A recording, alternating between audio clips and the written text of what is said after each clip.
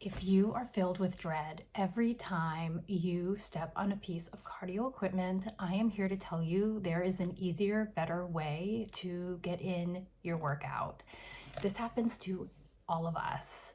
We go to the gym, we get set to work out, we step on a piece of cardio equipment, and we look at the minutes and we think, oh my goodness, I'm supposed to be doing this for 20 minutes, 30 minutes, 45 minutes, and I'm already dreading it, right? I mean, have you been there? I've been there. So this is a little trick that I use almost all the time. Not all the time, but a lot of times in order to make my workouts easier and not so I don't get in my own way, because the reality is that we all will make an excuse as to why we're not going to complete something. And the treadmill, I make a joke. If you want time to go by really slowly, get on the treadmill. Okay, so this is what I do, and it's super simple. I just break it up. I break up my treadmill.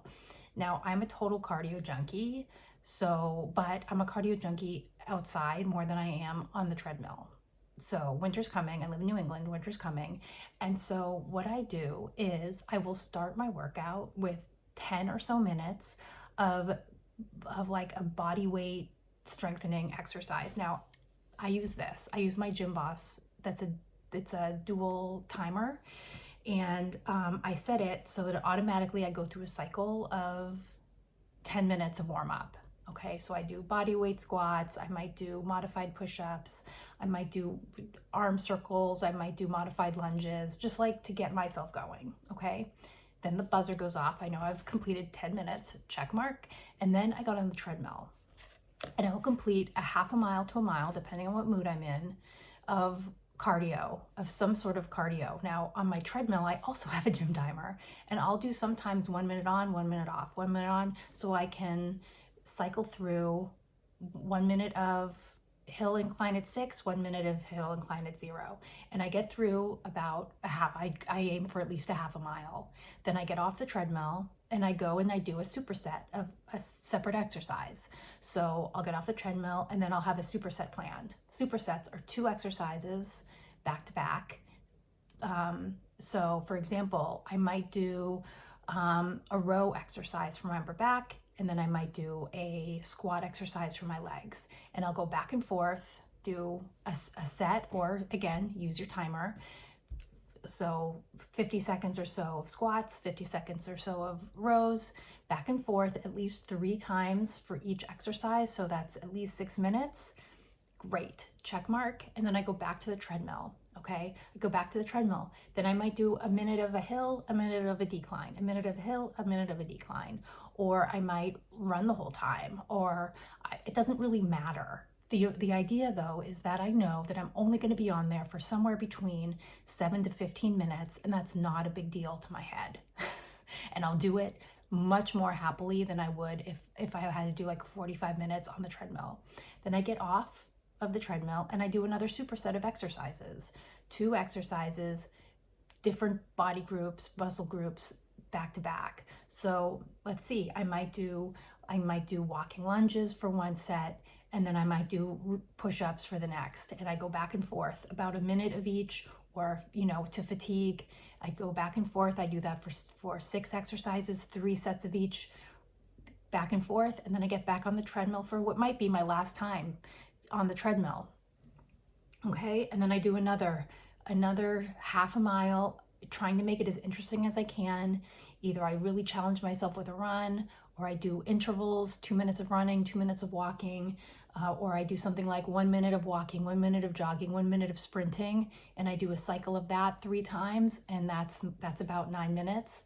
And then I get off, and then I'll do a core superset. So I'll get on the ground, maybe I'll do a strong plank, and then I'll superset my plank with a bridge on the floor. And so I'm getting a little core workout, and that's it. Maybe after that, that's been maybe 45 minutes to an hour, maybe, and then I'll maybe cool down on the treadmill for 5 minutes and watch 10 minutes of something on YouTube and just sort of like, whoo, I did it. Because I also want to remind you that the first 5 minutes of exercise is the hardest psychologically. So if you create a way to make it easier for yourself, which means blocking it out or breaking it up, mentally it's so much easier, because that first time you get on the treadmill, you think, oh, I'm only doing this for 7 minutes, a half a mile. This is a piece of cake, no big deal. Instead of, oh my gosh, I can't believe this. I have to get on the treadmill. This is going to take forever. What misery this is. like, like, why do I do this to myself? This is boring, right? Your mind totally picks it up differently when it knows that there's a shorter amount of time before you get to move on to do something different. So I totally encourage you to try breaking up your workouts in a way that's bite-sized and manageable, so that you don't talk yourself out of getting started, or talk yourself out after 5 minutes or 10 minutes because you're too tired. That's what you don't want, because typically, sometimes I'll get on the treadmill and I will think I'm going to break up a workout, and I actually just keep on the treadmill and I'll do my strength after, because I'm like, oh, I'm kind of feeling in the groove now and I'm feeling kind of good now, and I don't want to break it up. I want to keep going. But for so many of us, it's the getting started that's the hardest part. So whatever you can do in order to not have that friction, right? It's like a mental friction where you talk yourself out of doing something you know you should do and know is good for you. That's what you want to avoid as much as possible. So break your workout up. If you're in a gym, you can do the treadmill for that first segment. You can do the bike for a second segment. You can do something like a step mill for the third segment. And you've gotten 3 great cardios in. Piece of cake. Mentally, it's so much more manageable than thinking, oh my gosh, I'm going to do 45 minutes on this one thing. And that just sounds like dreadful and dreary and boring. Okay, so that is my tip to you.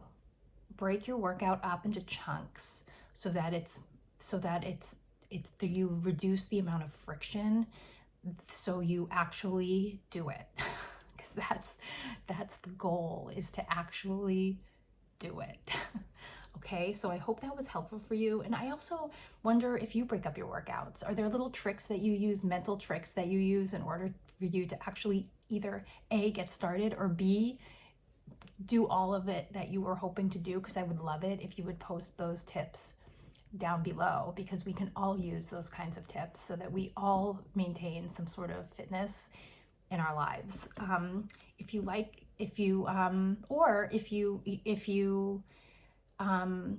you have any superset ideas, what are your favorite supersets? Like when you're doing the strength training portion, are there 2 exercises that you really enjoy doing together? Or, like that kind of thing? That would be great to know too. So I look forward to reading your ideas down below. And if you are interested in more, my name is June Melia. I'm a 25-year veteran in the fitness world, and I've been in fitness my whole life. And I love fitness. And I work primarily with women over the age of 45 who are looking to,